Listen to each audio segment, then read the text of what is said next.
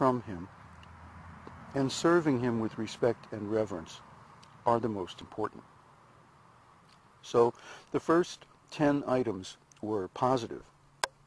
Do this, do that. And the next 10 are negative. Don't do this, don't do that. And the first one is give up the company of non-devotees. This is the principle of association. You become like those who you associate with.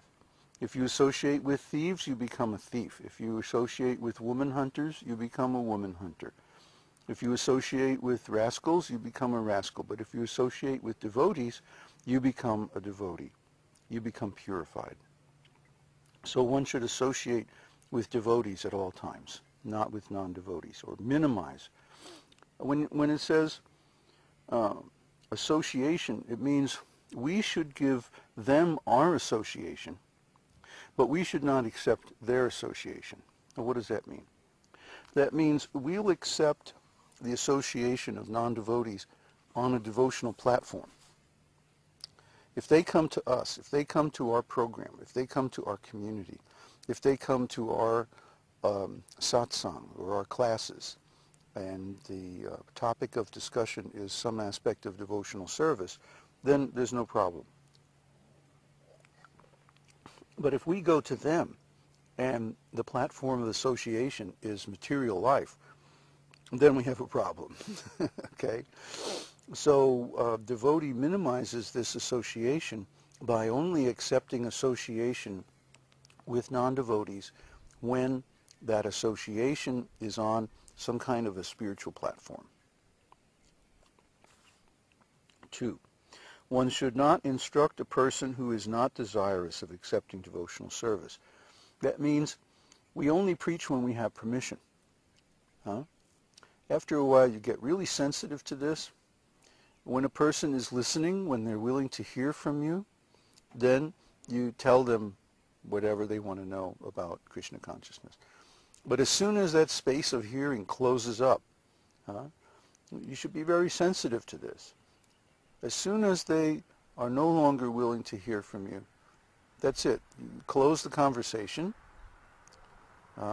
elegantly with sensitivity to the person's needs, and you go away. Why? Because if a person hears about devotional service in a mood of protest, like, why are you still talking to me? I'm done with this. I don't want to go any further. I don't have any more appetite to hear. They're under protest. Then they're not going to take in whatever you tell them. It's not going to have any effect. It's not going to be digested. You're wasting your time. And more than that, they'll create some offense. Oh, those rascal devotees, they were pounding on me again today. So don't preach when people are not ready to listen, not ready to hear. Just find a way to end the discussion and walk away.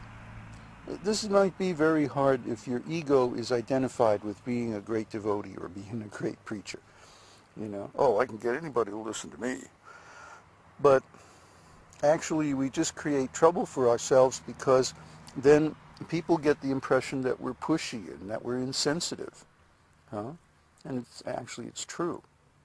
If we're bound up in our own false ego, oh, I'm such a great preacher, I can get anybody to hear about Krishna, then we're actually neglecting the other person's needs and we're satisfying only our own.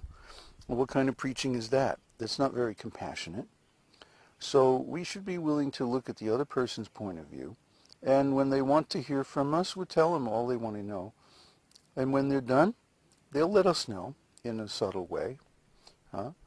So if you follow that the first time, and you don't require them to, signal you again and again that, hey, the conversation's over, hint, hint, then people have a better sense of our being compassionate.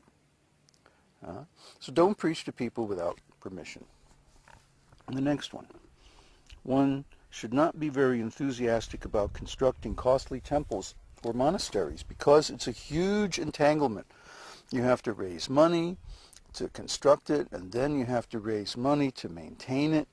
You have to find people to build it, and then you have to deal with all these rascals, you know, contractors, and oh my God, what a headache.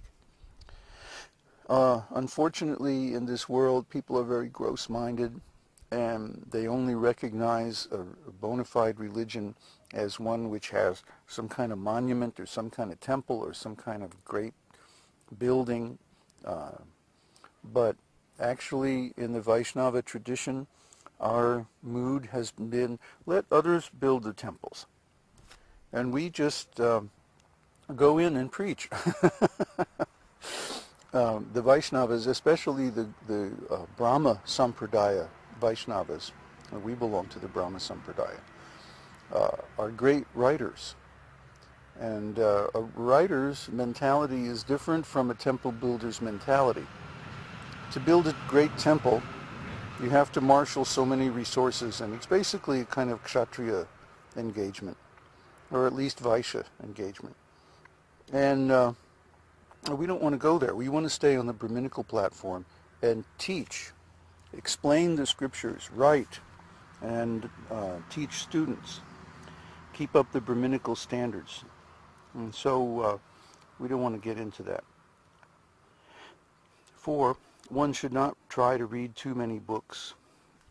Bhagavad-gītā, Śrīmad-Bhāgavatam, Chaitanya Charitamrita, and the books of the Goswamis, the 6 Goswamis of India.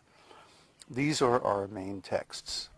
And it's okay if we want to read some others like Mahabharata, Brihad-Bhagavatamrita, and so on. But actually, they're unnecessary. Everything that we need to know is there in Bhagavad-gītā and Śrīmad-Bhāgavatam. So one should concentrate on these books. Better to be an expert in a very important area of knowledge than to try to become a big scholar over the whole Vedic literatures. That's very time-consuming. It's a big effort. And then what? Then you have this false ego that, oh, I'm such a great scholar, and you'll get entangled in all these debates and so on. And it's just, it's a non-devotional kind of a thing, based on false ego. Just like, I can construct this big temple. Oh boy, aren't I great? Or I can quote from every Purana, you know, every Upanishad. Oh, wonderful. So what? Can you chant Harinam 64 rounds a day or more? Huh? That's the real thing. 5, one should not be neglectful in ordinary dealings. You owe somebody money, you pay them on time. You say you're going to do X, do it. Don't be neglectful. Just because devotional service means that we have no more obligations in the ordinary ways of life doesn't mean that we can cheat people or ignore our promises or be a rascal in other ways. Don't be a rascal. Don't be neglectful in ordinary dealings. Again, it damages our reputation and it creates offenses for us. 6, one should not be under the spell of lamentation in loss or jubilation in gain. Hey, it's the material world. Stuff happens. Some days we have a good day. Some days we have a bad day. That doesn't mean anything necessarily. It's not necessarily Krishna trying to tell us something. It could just be the astrology that day or something like that. Don't take it personal. Don't take it serious. It's just the material world. Get over it already. Okay? 7, one should not disrespect the demigods. Just because we don't worship the demigods doesn't mean we offend them. The demigods are also devotees, very highly qualified for their posts. Yes, occasionally they mess up, you know, but that's because they're still conditioned souls. They're still into controlling the material world and stuff like that. But, you know, somebody's got to do it. And the best candidates are Krishna's devotees. So the demigods deserve respect just like a senior devotee deserves respect. even if they're not self-realized. That doesn't mean we disrespect them, but we don't exactly worship them. We worship Krishna directly. One should not give unnecessary trouble to any living entity. Well, that should be obvious. We don't harass anybody. We don't agitate anybody. We don't give someone a hard time just because we can. You know, that's kid stuff. That's like junior high nonsense. Now, one should carefully avoid the various offenses in chanting the holy name of the Lord or in worshiping the deity in the temple. We're going to go over the 10 offenses to the holy name. And later on in this chapter, he's also going to talk about the offenses in worshiping the deity. Now, deity worship is something that we haven't gotten